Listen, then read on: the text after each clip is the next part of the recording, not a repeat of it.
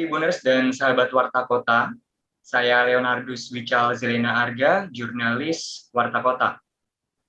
Undang-Undang Tindak Pidana Kekerasan Seksual atau UU TPKS sudah resmi disahkan.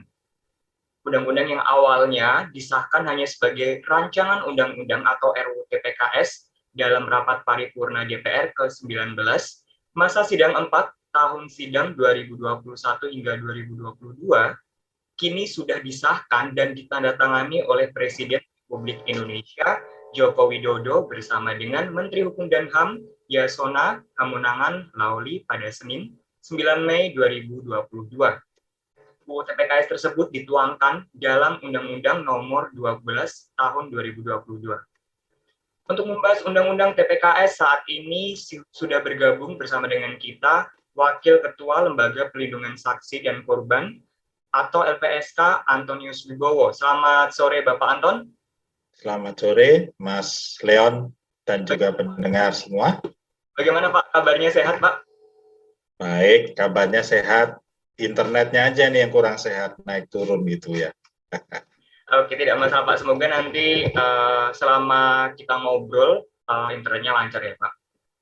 Amin. Pak Anton, sebenarnya apa sih dasar dan landasan disahkannya Undang-Undang TPKS ini? Kurang lebih apa urgensinya disahkan UU TPKS ini?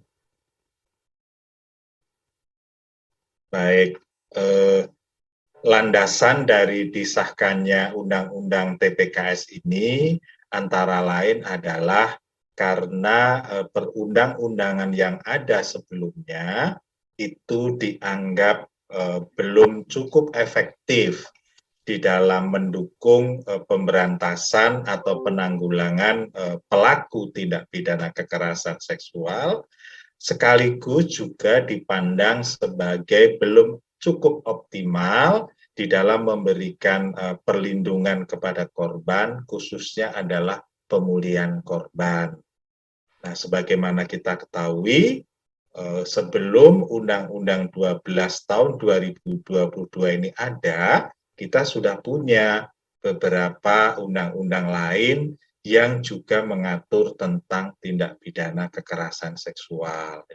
Misalnya adalah KUHP, kemudian juga Undang-Undang Perlindungan Anak, dan sebagainya. Ya.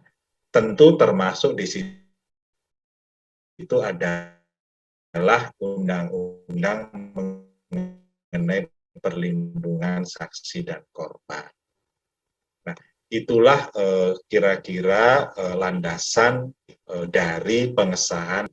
Nah, sedangkan mengenai urgensinya, menurut saya urgensinya adalah karena memang pada saat ini tindak pidana kekerasan seksual ini termasuk jenis kejahatan yang banyak sekali terjadi di tengah-tengah masyarakat, bahkan juga di lingkungan keluarga. Jumlahnya itu meningkat cukup tajam. Kalau saya merujuk pada pengalaman LPSK, maka saya mendapatkan data bahwa setiap minggu itu kurang lebih ada 10 sampai 15 perkara itu tindak pidana kekerasan seksual yang dimintakan perlindungannya ke LPSK. Nah, kalau kita bicara tentang, nah, bisa jadi dalam satu perkara itu korbannya lebih dari satu. Kita mengambil contoh misalnya tindak pidana kejahatan seksual yang terjadi misalnya di Jawa Barat, ya, yang pelakunya adalah Harry yang sudah diputus. Nah, itu kita melihat korbannya lebih dari 10. Jadi kalau kita berbicara tentang berapa banyak sih tindak pidana kekerasan seksual yang terjadi di masyarakat, tentu jumlahnya banyak sekali. Tadi hanya gambaran di LPSK saja setiap minggu itu kurang lebih 10 sampai 15 perkara masuk atau dimohonkan perlindungannya ke LPSK. satu perkara itu korbannya bisa lebih dari satu. Oke, Itu baik. Mas Leon. Ya. Baik, Pak Anton, berarti Undang-Undang Nomor 12 Tahun 2022 ini bisa dikatakan untuk melengkapi undang-undang yang sudah ada. Jadi tadi ada dikatakan KUHP dan Undang-Undang Perlindungan Anak, begitu ya Pak Anton? Ya. Oke, baik. Bahkan tidak melengkapi ya, kalau kita memahami betul undang-undang ini, maka saya bisa menyimpulkan bahwa justru undang-undang ini mereplacement gitu ya, menggantikan pasal tentang tindak pidana kekerasan seksual yang ada dalam undang-undang lain. Ya. Jadi konkretnya begini ya. Seandainya misalnya hari ini atau besok gitu terjadi tindak pidana kekerasan seksual, maka undang-undang yang diimplementasikan mestinya adalah undang-undang ini, bukan undang-undang misalnya KUHP. Ini yang menyangkut kekerasan seksual loh ya. Itu. Jadi mereplacement atau menggantikan undang-undang yang mengatur tentang kekerasan seksual. Oke, baik Pak Anton. Menurut Pak Anton, seberapa besar efektivitas Undang-Undang Nomor 12 Tahun 2022 ini dibandingkan undang-undang yang sudah ada, yaitu di KUHP, Pak? Tadi Bapak Anton mengatakan bahwa menggantikan atau mereplacement undang-undang yang tertuang dalam KUHP. Ya, efektivitasnya sekarang belum kelihatan, Mas Leon. Karena undang-undang ini baru berlaku sekitar belum ada 1 minggu. Kalau kita melihat pada Undang-Undang 12 tahun 2022, di sana dinyatakan bahwa undang-undang ini berlaku sejak diundangkan. Ya. Nah, pengundangan dari undang-undang ini adalah tanggal 9 Mei.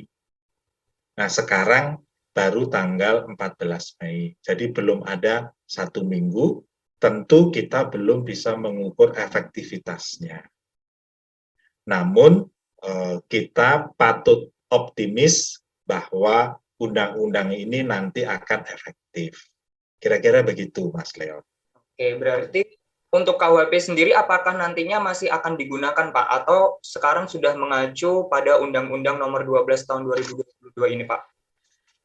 Ya, kalau kita melihat pada Undang-Undang 12 tahun 2002, gitu ya, khususnya pasal 4 ayat, kalau nggak salah di ayat 2 gitu ya, maka di sana dinyatakan bahwa tindak pidana kekerasan seksual sebagaimana yang diatur di dalam undang-undang ini itu meliputi juga tindak pidana kekerasan seksual yang ada di luar undang-undang ini, termasuk misalnya adalah perkosaan, perbuatan cabul gitu. Nah, perkosaan dan perbuatan cabul kan di KUHP ada. Di Undang-Undang Perlindungan Anak juga ada. Jadi mestinya sekarang ini rujukannya adalah Undang-Undang Nomor 12 Tahun 2002. Begitu, Oke, Mas Leon. Pak Anton, untuk proses pengesahan Undang-Undang Nomor 12 Tahun 2022 ini itu kan sudah cukup lama ya Pak? Sudah cukup lama ya Pak Anton, kurang lebih itu sekitar 6 tahun. Nah, dalam proses pengesahannya itu banyak sekali menuai pro kontra dari berbagai macam elemen masyarakat. Nah, lalu bagaimana nih cara menjembatani hal tersebut dan seperti apa wadah yang diberikan khususnya kepada pihak yang kontra terkait dengan UU TPKS yang sudah disahkan, Pak Anton? Iya, salah satu cara menjembatani adalah tentu dengan melakukan sosialisasi undang-undang ini kepada masyarakat luas. Ya. Kita berharap dengan adanya sosialisasi yang masif, itu akan diperoleh pemahaman yang tepat mengenai undang-undang ini.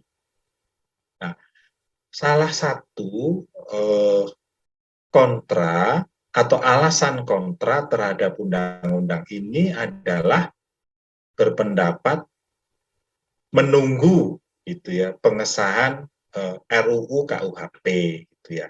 Nah, alasan yang kontra itu menurut saya secara de jure harus dianggap sudah nggak ada lagi karena pembahasan Undang-Undang 12 2022 ini sudah dilakukan dengan melibatkan pihak yang kontra terhadap undang-undang ini. Dan pembahasannya itu sudah melalui jalur di DPR, melalui pentahapan-pentahapan yang ditentukan di sana. Jadi saya berharap pihak yang kontra itu sekarang perlahan-lahan itu bisa menerima kehadiran undang-undang baru ini. Dan untuk bisa menerimanya, saya berpendapat maka sosialisasi, diseminasi itu perlu terus dilakukan supaya didapat pemahaman yang tepat mengenai undang-undang ini. Oke, baik Pak Anton, terkait dengan sosialisasi kepada masyarakat nih Pak, saya tadi sempat membaca, jadi terkait dengan sosialisasi kepada masyarakat Pak Anton. Nah, ini saya tadi sempat membaca pemberitaan di media itu bahwa undang-undang yang sudah disahkan yaitu UU nomor 12 tahun 2022 itu tidak ada poin jenis tindak pidana terkait dengan aborsi. Nah, itu yang menjadi polemik dan juga pro kontra di beberapa elemen masyarakat yang istilahnya mendukung terkait dengan poin aborsi tersebut. Itu bagaimana Pak Anton? Oke, ya. Kalau kita berbicara tentang aborsi, yang saya tangkap dari pertanyaan Mas Leon itu adalah pemaksaan aborsi, begitu ya? Benar. Ya. Nah, di dalam undang-undang kesehatan itu sebetulnya sudah diatur mengenai kapan sih aborsi itu bisa dilakukan. Ya, kalau tidak salah, ya aborsi itu dapat dilakukan kalau usia kandungannya itu masih sangat muda. Nah, sangat mudanya berapa, saya nggak hafal, tapi mohon dicek ketentuan undang-undang tentang kesehatan. Yang kedua adalah dilakukan oleh tenaga medis yang profesional. Jadi, tidak boleh dilakukan oleh sembarang orang. Nah, terlepas dari pandangan yang setuju atau tidak setuju mengenai aborsi tadi, saya berpandangan sebaiknya sih aborsi tidak dilakukan. Ya, karena kalau dilihat dari sisi moralitas memang itu bisa berbenturan dengan moralitas agama saya. Nah, terlepas dari itu, kalau berbicara tentang apa ya, urgency kemendesakan dilakukannya aborsi, mau tidak mau ya harus dirujuk undang-undang kesehatan. Ya. Jadi terlepas dari pandangan moral saya yang jangan melakukan aborsi, tetapi itulah undang-undang sekarang menyatakan itu boleh dengan persyaratan yang sangat ketat. Nah, saya tidak bisa mengkoneksikan antara aborsi yang diatur di dalam undang-undang kesehatan dengan undang-undang TPKS ini. Saya belum melihat ada keterkaitannya, Mas. Mungkin karena memang undang-undang ini masih baru, atau mungkin karena tadi pertanyaan Mas Leon itu tidak begitu jelas ya, akibat sinyal yang timbul dan tenggelam. Begitu, Mas Leon. Oke, baik. Terima kasih Pak Anton. Sudah cukup menjawab Pak Anton terkait dengan poin aborsi tadi. Lalu dalam pasal 4 ayat 1 itu terdapat 9 jenis tindak pidana kekerasan seksual. Nah, salah satunya ini adalah pemaksaan alat kontrasepsi dan pemaksaan sterilisasi. Kebetulan tadi pagi saya sudah mendapatkan data, contohnya dari Kaprodi D3, Stikes Elizabeth Semarang, Jawa Tengah, Kristina Prasetya Handayani. Beliau mengatakan bahwa poin tersebut menjadi dilema bagi tenaga medis dan juga tenaga kesehatan. Karena memang alat kontrasepsi dan sterilisasi merupakan salah satu bagian dari kesehatan seksual. Sebagai contoh, penggunaan alat kontrasepsi bertujuan supaya dapat mengurangi prosentase penyakit menular seksual. Bagaimana tanggapan terhadap hal tersebut, Pak Anton?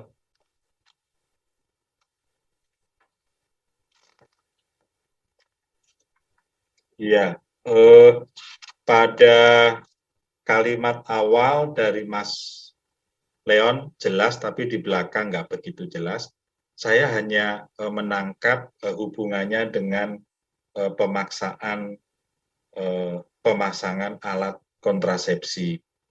Nah, sebetulnya Mas Leon, yang dilarang di dalam Undang-Undang TPKS adalah melakukan perbuatan memaksa orang lain menggunakan alat kontrasepsi. Itu adalah perbuatan yang dilarang di dalam Undang-Undang 12 tahun 2022. Nah, oleh karenanya, kalau perbuatan menggunakan alat kontrasepsi itu dilakukan dengan kesadaran, ya, karena sadar perlunya mengatur tentang jarak kehamilan, itu sebetulnya tidak apa-apa. Ya.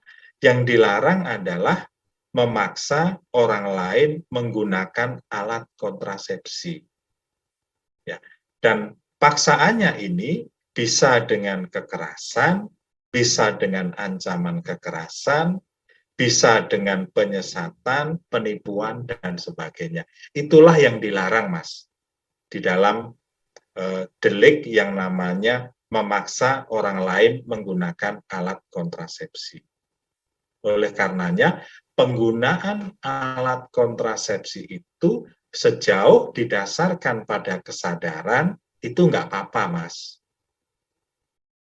Itu baik, dan itu sejalan dengan program pemerintah kita, kan, yang di masa lalu mengenal program yang namanya program keluarga berencana.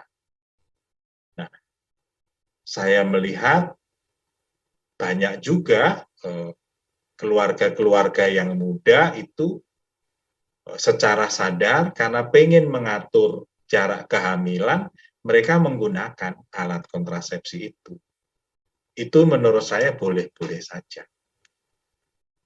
Oke, berarti tadi berdasarkan pernyataan dari Pak Anton terkait dengan alat kontrasepsi ini lebih merujuk kepada pasangan suami istri yang sudah sah dalam pernikahannya, Pak Anton, begitu? Ya.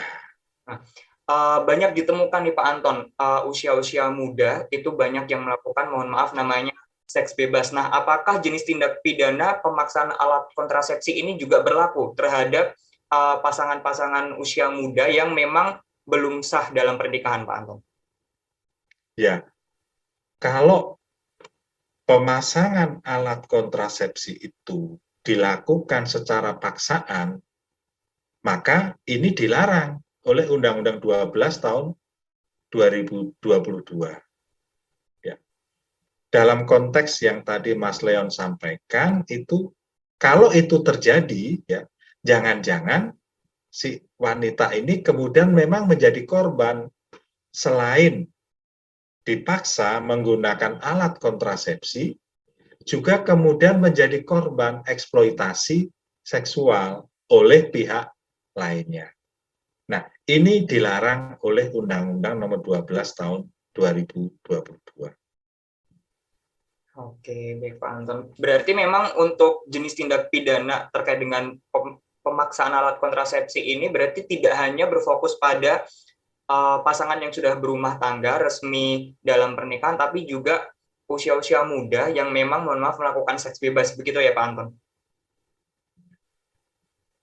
Ya, pengertiannya begini. Sebetulnya delik mengenai memaksa orang lain menggunakan alat kontrasepsi itu dirumuskan tidak ada atau tidak ada rumusannya dikaitkan dengan dalam pernikahan atau tidak. Tidak ada dikaitkan dengan itu. Nah, yang mungkin terjadi adalah seperti Mas Leon sampaikan, mungkin itu bisa terjadi pada pasangan-pasangan yang tidak tidak equal gitu ya.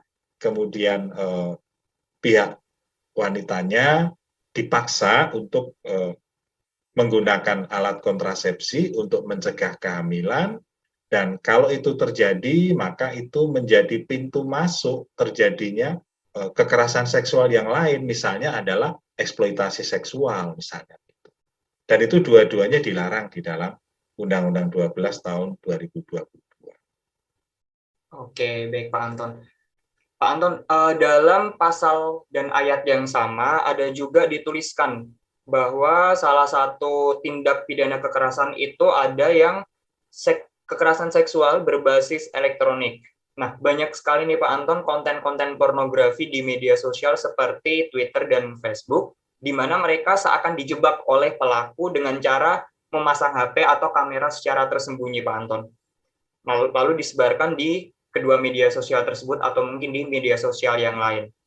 Lalu bagaimana UU TPKS ini akan memonitor hal tersebut, sedangkan hingga saat ini konten-konten seperti itu masih banyak ditemukan dan disebarluaskan oleh para pelaku di media sosial. Ya, lagi-lagi nih, pernyataan Mas Leo di bagian akhir tidak begitu jelas ya, karena suaranya putus-putus. Tetapi yang saya tangkap adalah tentang dokumen elektronik gitu yang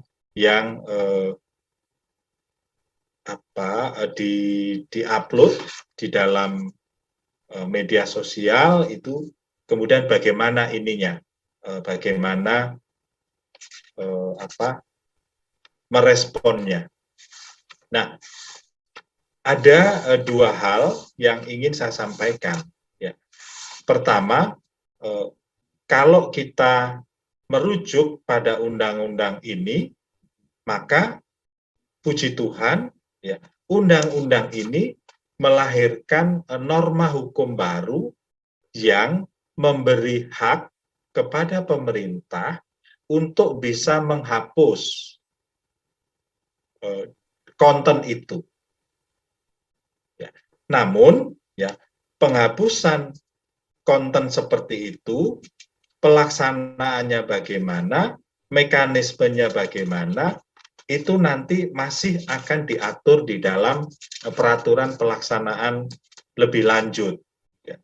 Kalau tidak salah, peraturan pelaksanaannya itu dipersyaratkan dalam bentuk peraturan pemerintah.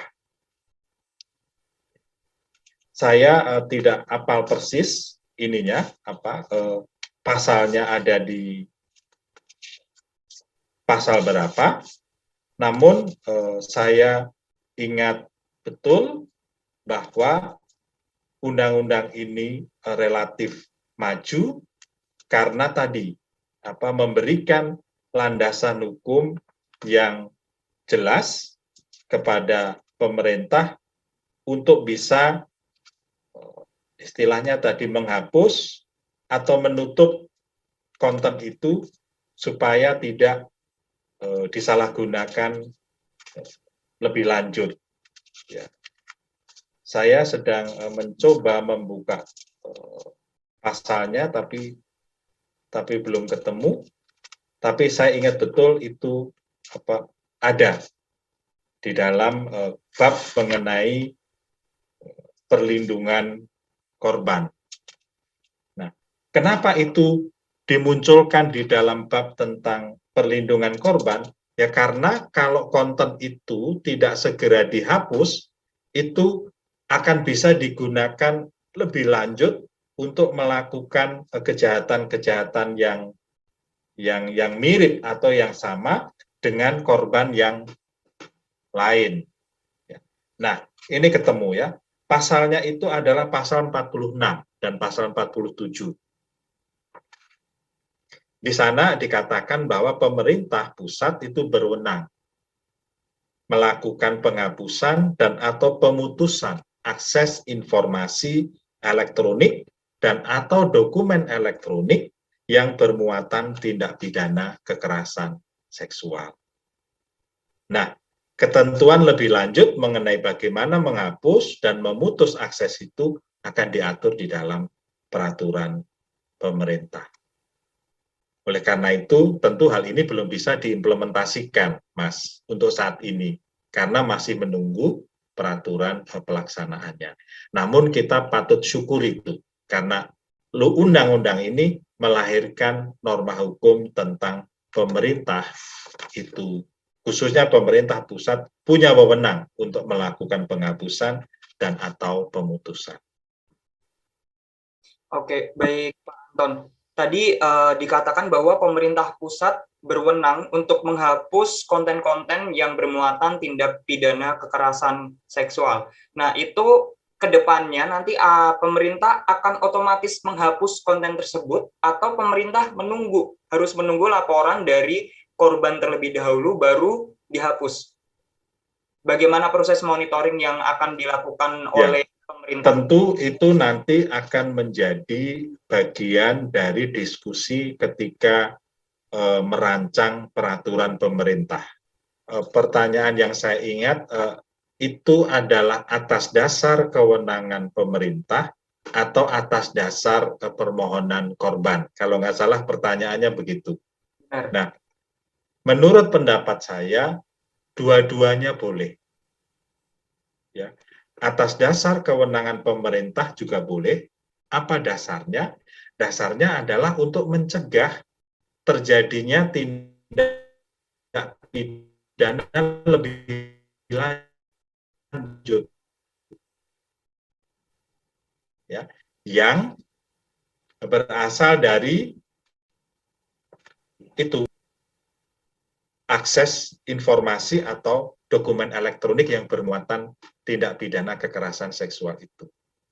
Nah, jadi dasarnya adalah pemerintah punya kewenangan untuk mencegah terjadinya kejahatan yang sama atau yang mirip dengan konten yang bermuatan tindak pidana kekerasan seksual itu. Dasar yang kedua, atas permintaan korban pasti, ya, karena korban akan sangat terancam kalau dokumen atau informasi itu tidak segera dihapus atau diputus.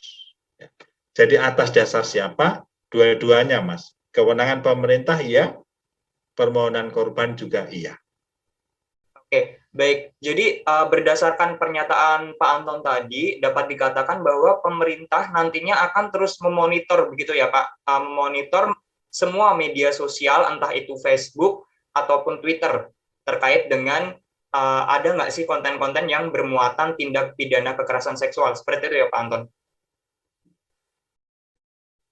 Ya, sekali lagi sebetulnya pemutusan atau penghapusan akses tadi nanti mekanismenya akan diatur dalam peraturan pemerintah.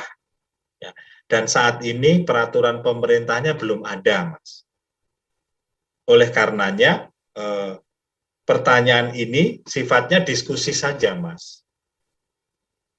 Saya berharap pertanyaan-pertanyaan seperti ini nanti juga muncul di dalam pertemuan-pertemuan stakeholder ketika merancang peraturan pemerintah tentang bagaimana menghapus dan atau memutus akses informasi elektronik dan atau dokumen elektronik yang bermuatan tindak pidana kekerasan seksual. Saya pribadi berpendapat gitu ya, saat ini pun menurut saya pemerintah melalui kepolisian sudah sering melakukan patroli cyber kan? Tujuannya untuk apa? Tujuannya adalah untuk menjaga keamanan cyber itu sendiri. Tujuannya adalah untuk menjaga supaya dunia cyber itu tidak diisi dengan kejahatan, tidak diisi dengan konten-konten yang bermuatan asusila, dan sebagainya. Ini adalah tugas negara, Mas Leon. Jadi boleh saja negara melakukan patroli dan kemudian menyetop kalau memang ditemukan konten-konten yang melanggar norma hukum, melanggar norma agama, dan sebagainya. Oke, baik Pak Anton. Lalu untuk korban sendiri Pak Anton, dalam UU TPKS ini apakah juga mengatur terkait dengan pendampingan terhadap korban, semisal tadi contoh kasusnya ketika eksploitasi tindak pidana kekerasan seksual di media sosial. Apakah UU TPKS ini mengatur istilahnya dampingan secara psikologis terhadap korban, Pak Anton? Ya, mengenai pendampingan korban terhadap korban kekerasan seksual, undang-undang ini sudah mengatur dengan baik, Mas. Termasuk adalah pendampingan korban kekerasan seksual berbasis elektronik atau yang sering disebut kekerasan seksual online. Nah, menurut undang-undang ini, pendampingan terhadap korban itu wajib sudah dilakukan sejak tahap pelaporan. Nah, pelaporannya ada di mana?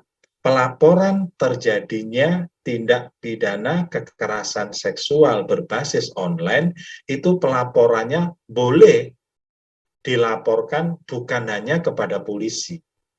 Ya. Artinya begini, dilaporkan kepada polisi boleh, ya. Dilaporkan bukan kepada polisi juga boleh. Namun harus diingat ya, bahwa yang berwenang melakukan proses hukum atas pelaporan itu tentu saja adalah polisi.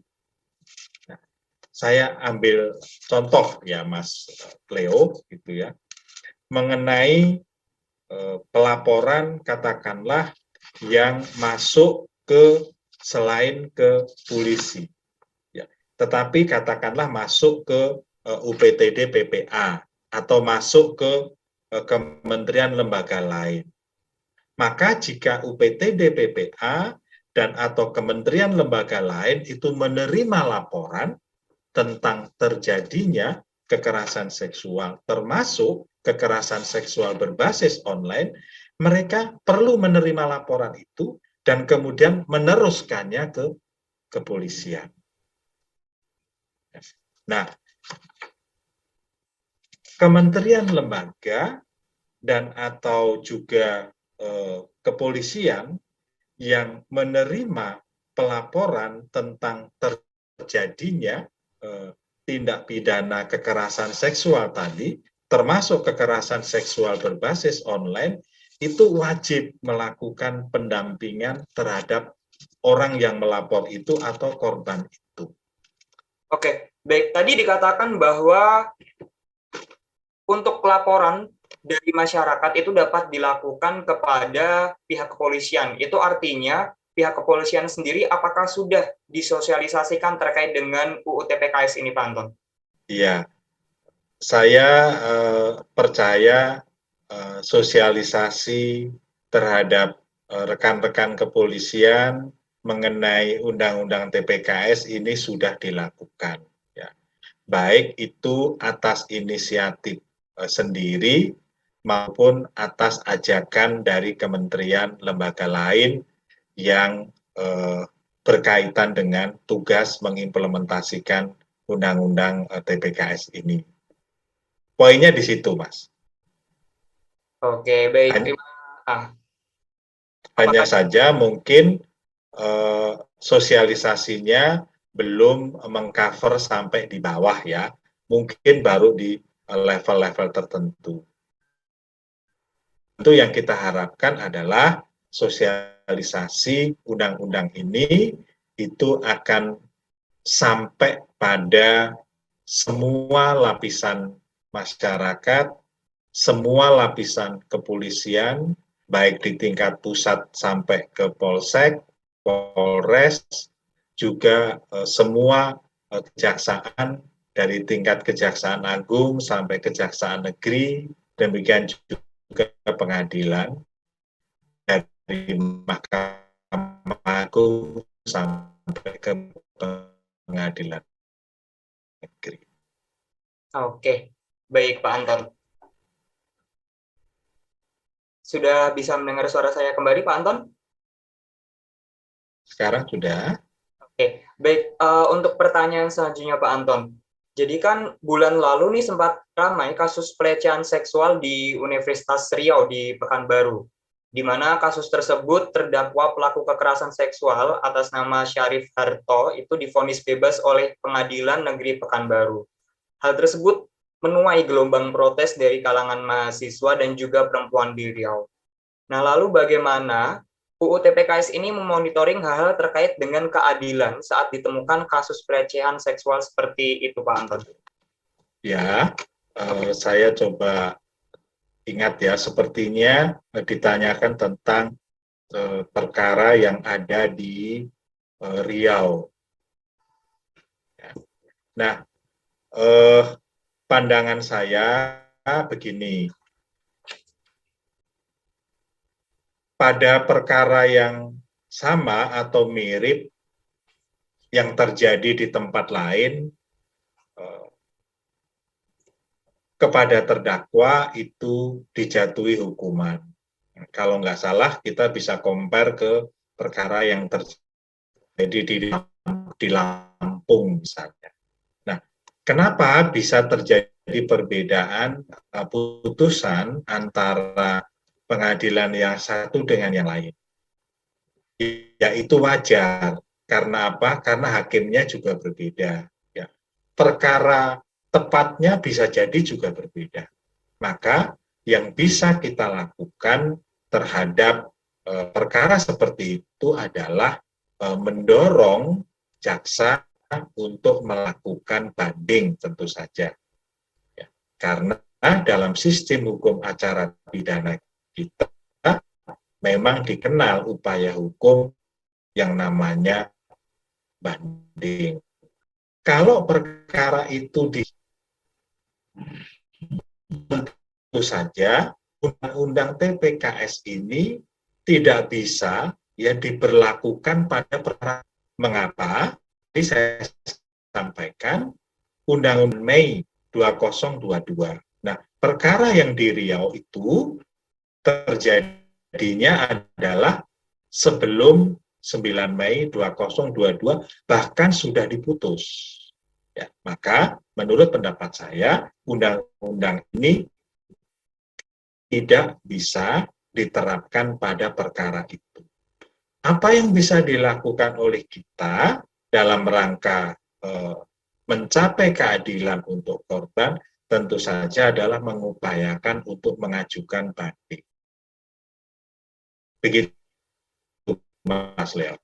Oke, baik Pak Anton. Berarti untuk ke depannya apabila ditemukan kasus yang sama terkait dengan keadilan saat ditemukan kasus pelecehan seksual seperti itu, kalau misalnya ditemukan bahwa terjadi ketidakadilan terhadap pelaku, itu nanti pihak korban atau jaksa bisa mengajukan banding ya Pak Anton, seperti itu? Betul. Tentu pengajuan banding oleh korban tidak langsung oleh korban ya, tapi korban dapat menyampaikannya kepada jaksa untuk Pak Jaksa, Bu Jaksa, mohon supaya perkara ini dibanding. Mekanismenya seperti itu. Oke, lalu apakah selama proses peradilan itu apakah korban akan didampingi berdasarkan UU TPKS ini atau bagaimana Pak Anton? Tadi saya sampaikan ya, pendamping ya, tadi saya sampaikan bahwa pendampingan terhadap korban TPKS menurut Undang-Undang 12/2002 ini hukumnya adalah wajib. Dengan kata lain, korban tindak pidana kekerasan seksual itu wajib mendapat pendampingan atau wajib didampingi. Siapa pendamping korban? Pendamping korban banyak sekali. Ada LPSK, ya, Lembaga Perlindungan Saksi dan korban.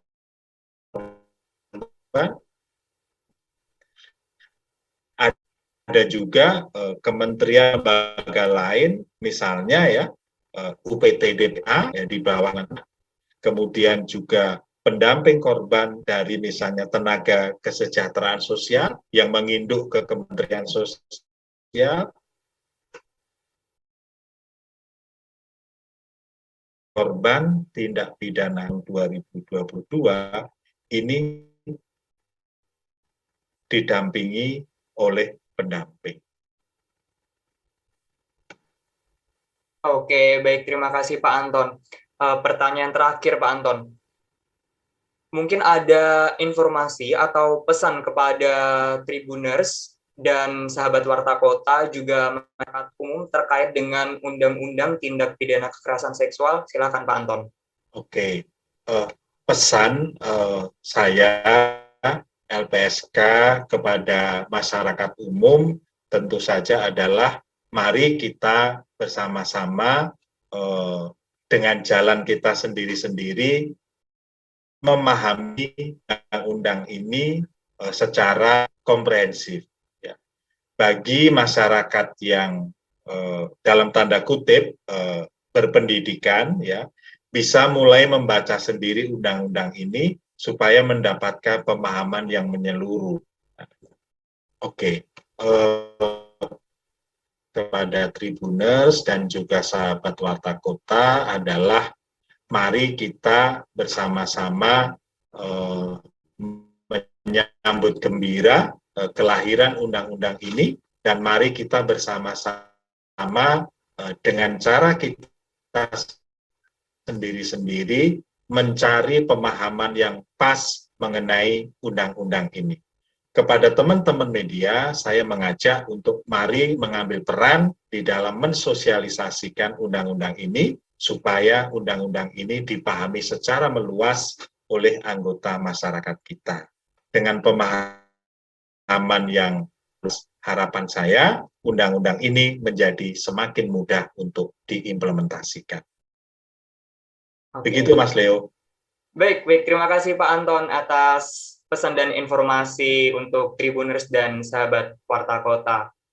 Nah, Tribuners dan sahabat Warta Kota, itu tadi merupakan diskusi antara Warta Kota bersama dengan Wakil Ketua Lembaga Perlindungan Saksi dan Korban Antonius Wibowo terkait dengan Undang-Undang Tindak Pidana Kekerasan Seksual. Terima kasih Bapak Anton untuk kebersamaannya. Walaupun tadi sempat sinyalnya kurang baik, tetapi puji Tuhan sedikit lancar, dan semoga informasi yang disampaikan oleh Bapak Anton dapat diterima dan juga dicerna oleh Tribuners dan sahabat Warta Kota. Oke, terima kasih kembali Mas Leon, juga Mas Eko, juga terima kasih kepada Tribuners dan sahabat Warta Kota yang bisa mendengarkan diskusi ini. Jika ada pertanyaan lebih lanjut, silahkan mengontak saya melalui Warta Kota yang sudah punya nomor kontak saya. Dan sekali lagi saya memohon maaf jika penjelasan saya menjadi tidak jelas karena internet yang tidak stabil. Sekali lagi mohon maaf karena itu. Baik, terima kasih Pak Anton untuk kebersamaannya dari sore hingga malam hari ini.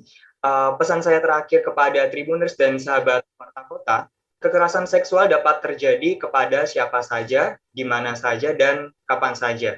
Mari kita bantu korban untuk melaporkan, karena Undang-Undang Tindak Pidana Kekerasan Seksual tidak hanya menjerat pelaku, tetapi juga akan melakukan pendampingan terhadap korban.